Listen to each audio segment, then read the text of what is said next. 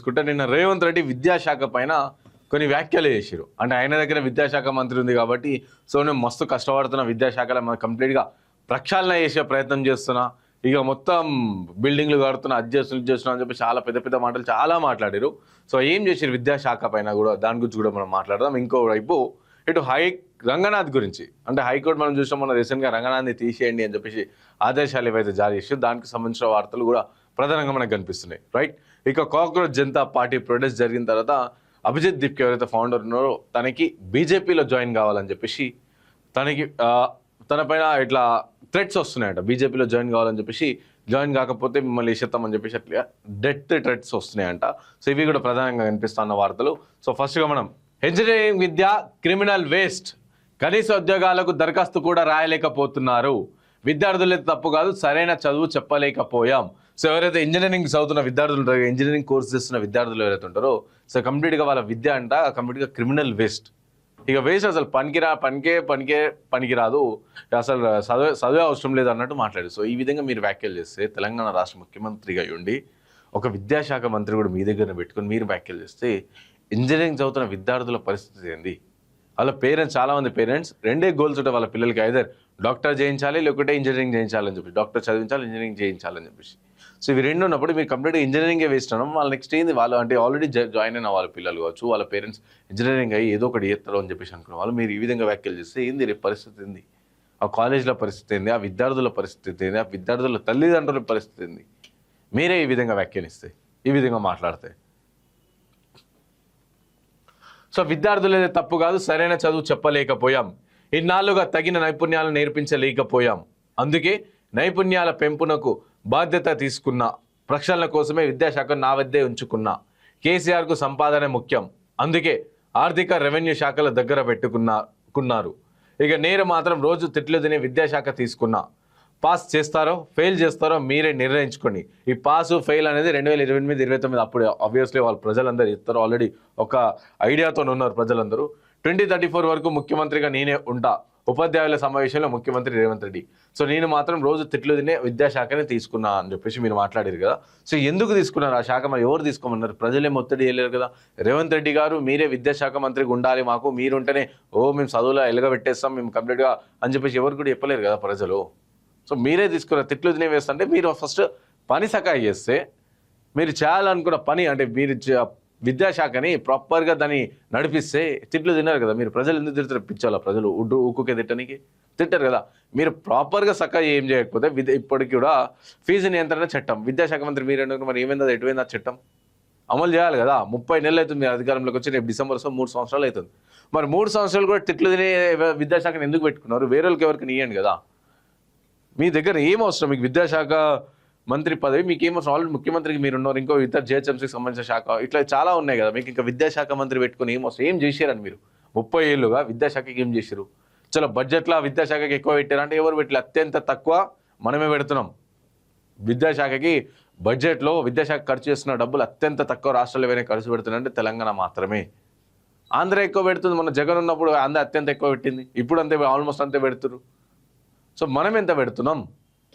So 9% పెడుతున్నాం అని చెప్పేసి మీరు మాట్లాడుతారు. 9% 19% కాదే 9%. ఆ 9%లో కూడా ప్రాపర్ ఎక్కడ డెవలప్ అవుతుంది చెప్పండి. ఇది ఇప్పటికీ మరుగుదొడ్లు లేని స్కూల్స్ ఉన్నాయి, ఇప్పటికీ మధ్యాహ్న భోజనం ప్రాపర్గా లేకుండా స్కూల్స్ ఉన్నాయి, ఇప్పటికే గురుకులాల్లో ఫుడ్ పాయిజనింగ్ ఎవరో ఒకరు విద్యార్థులు అస్వస్థతకు గురవుతున్నారు. ఇప్పటికీ స్టిల్ 30 నెలలు అవుతుంది కదా మీరు అధికారంలోకి వచ్చి. సో మీ అధికారంలో వచ్చినప్పటి కూడా మీరు అంటే కాస్మెటిక్స్ ఛార్జీలు పెంచినా, ఫుడ్కి పెంచినా, అది పెంచిన ఇది పెంచినా అని చెప్పేసి మళ్ళీ మళ్ళీ నాణ్యమైన ఫుడ్ ఇంకా దొరుకుతుంది కదా విద్యార్థులకి. దొరకాలి కదా, మన నాణ్యమైన విద్య దొరకాలి కదా ఎవరికైనా విద్యార్థులకి. నాణ్యమైన విద్య దొరకలేదు, నాణ్యమైన ఫుడ్ దొరకలేదు. అప్పట్లో గత 10 ఏళ్లలో పనీషియా అని చెప్పేసి ఒకటి స్కీమ్ ఉంటుండే. గురుకులాల్లో చదువుతున్న విద్యార్థులకి ఏదైనా సరే, ఎంత పెద్దదైనా సరే వాళ్ళకి పనీషియా ద్వారా ఫ్రీగా ట్రీట్మెంట్ ఉంటుండే. ఇప్పుడు అది కూడా లేదు. విద్యార్థులకు జ్వరం వస్తే సీదా గవర్నమెంట్ హాస్పిటల్ తీసుకొస్తారు, మళ్ళీ నుంచి పేరెంట్స్కి కష్టం వస్తే ప్రైవేట్ తీసుకెళ్ళి మంది మెరుగైన వైద్యం చెప్పి మళ్ళీ తీసుకొస్తారు. సో అయితే ఏడ మంచిగా చేస్తారు. మీరు విద్యాశాఖ మంత్రిగా ఉండి కంప్లీట్ అట్టర్ ఫ్లాప్ అయ్యారు. విద్యాశాఖ కమిషన్ ఏర్పాటు చేశారు ఆకునూరి మురళి గారితో. సో వాళ్ళు చెప్పిన సిఫార్సు ఏదైనా సరే మీరు పాటించిరా? వాళ్ళు ఈ విధంగా చేస్తే విద్యాశాఖ మంచిగా అవుతుందని చెప్పి చెప్పారు. ఏదైనా సరే మీరు ఫాలో అయ్యారు? ఇప్పటికీ ఏదో నామమాత్రం విద్యకి ఏదో చెప్తాం, మధ్యస్థం విద్యాసం అని చెప్పి పెట్టిరు, కథమత అయిపోయింది. ఇట్లా ఏమన్నా అంటే ఇంటిగ్రేటెడ్ స్కూల్స్ కడుతున్నాం అని చెప్పి చెప్తారు. సో ఓపెన్ అయింది, ఒక్కటని ఓపెన్ చేసిరా, విద్యార్థులు జాయిన్ అయ్యారా ఇంటిగ్రేటెడ్ స్కూల్స్? 300-400 మంది ఉన్న గురుకులాలే చక్కగా నడిపించలేకపోతున్నారు. ఇక ఇంటిగ్రేటెడ్ స్కూల్లో 2500 మంది ఉంటారంట. సో మళ్ళీ వాళ్ళని నడిపిస్తారు, వాళ్ళని మేనేజ్ చేస్తారు మీరు. మళ్ళీ ఏమంటే విద్యాశాఖ మొత్తం ఎలుగబెట్టేస్తున్నాం, విద్య మొత్తం రాష్ట్రం ఇట్లా పెరిగిపోతుంది, మొత్తం మొత్తం మంచి చదువులు చెప్తున్నాం మీకు అని చెప్పేసి మళ్ళీ మీరు చెప్తారు. ఫస్ట్ రిక్రూట్మెంట్ చేయండి. ఫస్ట్ మీరు రిక్రూట్మెంట్ చేసి మెగా డిఎస్సి, జంబో డిఎస్సి అని అన్నారు రేసిరా.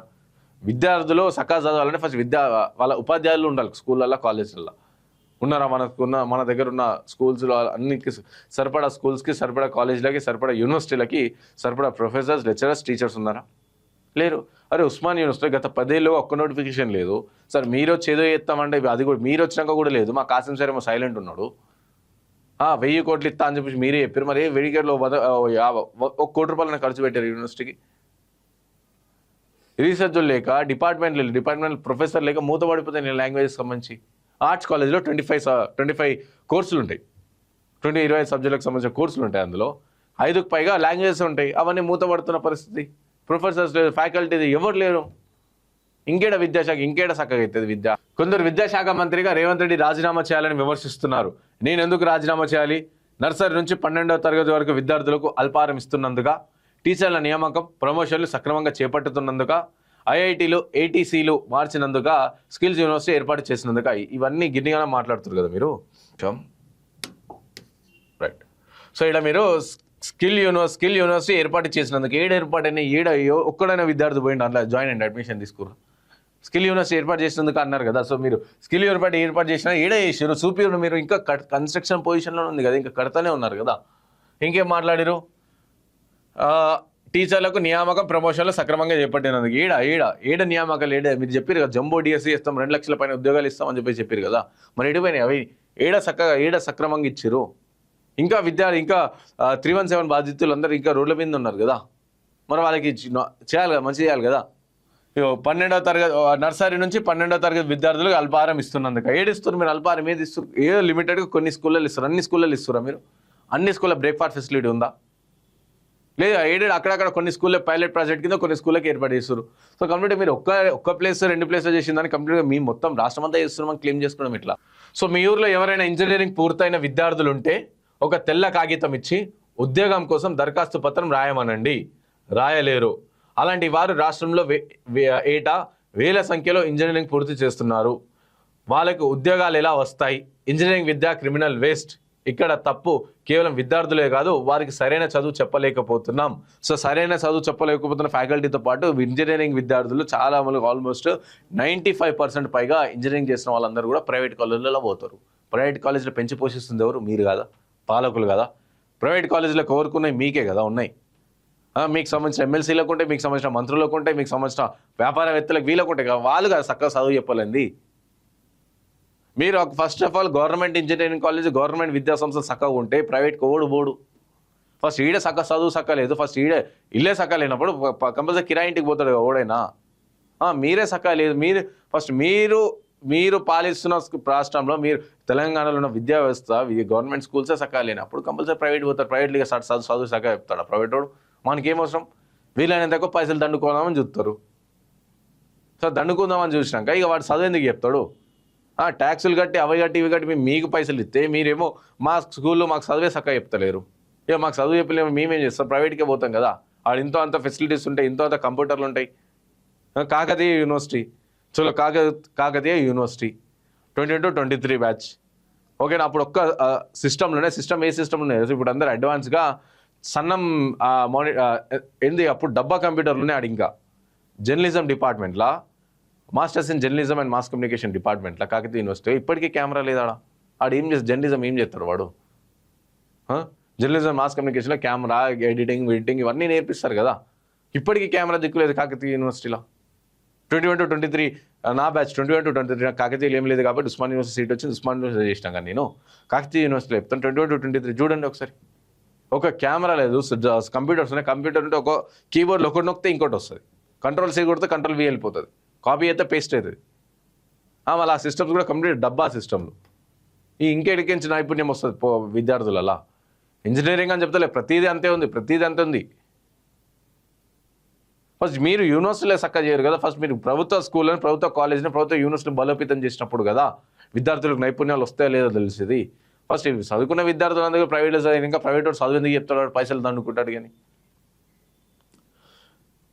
సో అలాంటి వారు రాష్ట్రంలో ఉద్యోగాలు ఎలా వస్తాయి? ఇంజనీరింగ్ విద్యార్థి క్రిమినల్ వేస్ట్. ఇక్కడ తప్పు కేవలం విద్యార్థులేదే కాదు, వారికి సరైన చదువు చెప్పలేకపోతున్నాం. ఇన్నాళ్ళు సరిగా నైపుణ్యాలు నేర్పించలేకపోయాం. సరిగా చెబితే ఎందుకు నేర్చుకోరు అని సీఎం రేవంత్ రెడ్డి ప్రశ్నించారు. అందుకే ఈ అంశంపై తమ ప్రభుత్వం తీవ్రంగా దృష్టి సారించిందని చెప్పారు. రాష్ట్రంలోని 22 ప్రభుత్వ ఇంజనీరింగ్ కాలేజీల్లో 24,000 విద్యార్థులు ఉన్నారని వారిలో నైపుణ్యాలు పెంపేందుకు ప్రత్యేక ప్రణాళిక అమలు చేస్తున్నామని అన్నారు. సో చూసిరా, 22,000 ప్రభుత్వ ఇంజనీరింగ్ కాలేజీలు ఉంటాయి, 24,000 మంది విద్యార్థులు ఉన్నారంట. అంటే 22,000 అంటే కాలేజ్కి ఒక్కడు ఉన్నాడా? కాలేజ్కి ఒక్క విద్యార్థి ఉన్నారా? 22,000 కాలేజెస్ ఉంటే 24,000 స్టూడెంట్స్ ఉన్నారంట. అంటే ఒక్క కాలేజ్ ఒకటే ఎందుకు ఈ విధంగా, అంటే ఎందుకు ఒక్క కాలేజీలో ఒకే విద్యార్థి ఎందుకు ఉంటున్నారు అది చెప్పాలి కదా మీరు.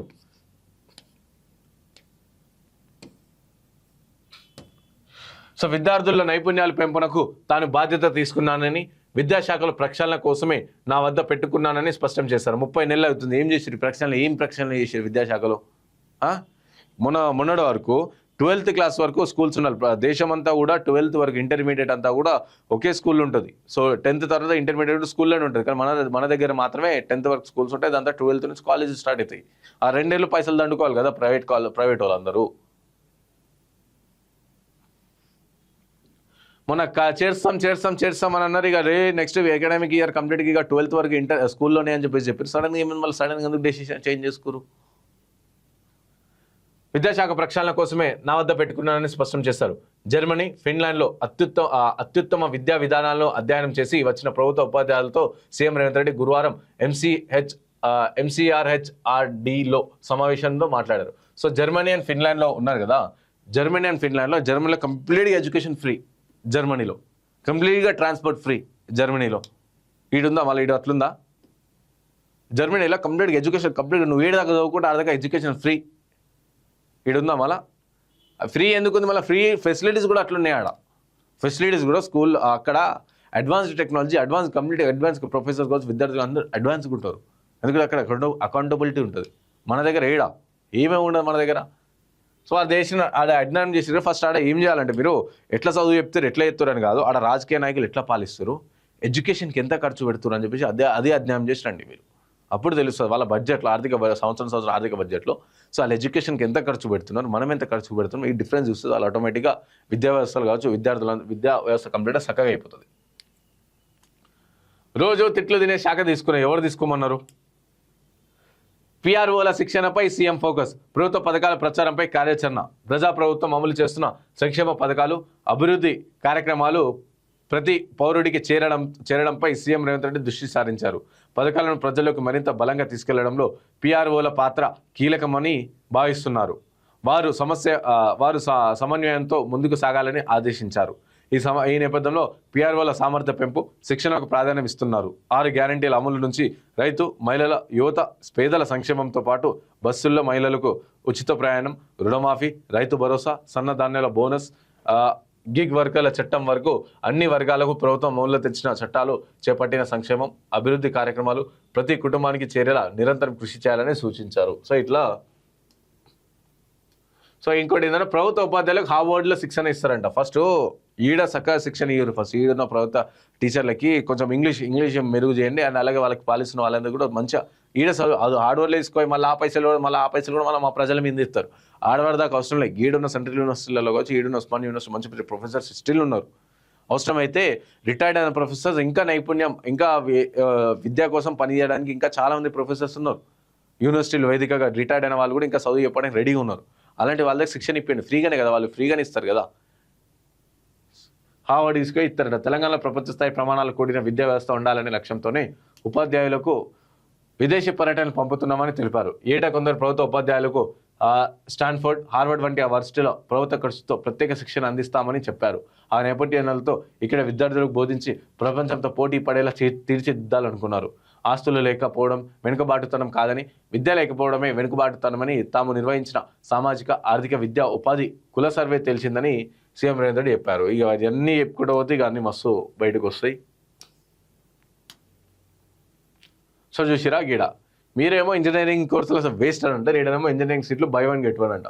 5 సీట్లు అమ్మితే 2 సీట్లు ఉచితం, పెట్టాలంటే కన్సల్టెన్సీలకు పిలుపు. సో ఇట్లా గీడ ఈ దందా జరుగుతుంది, మీరేమో ఇంకో దందా గురించి మాట్లాడతారు.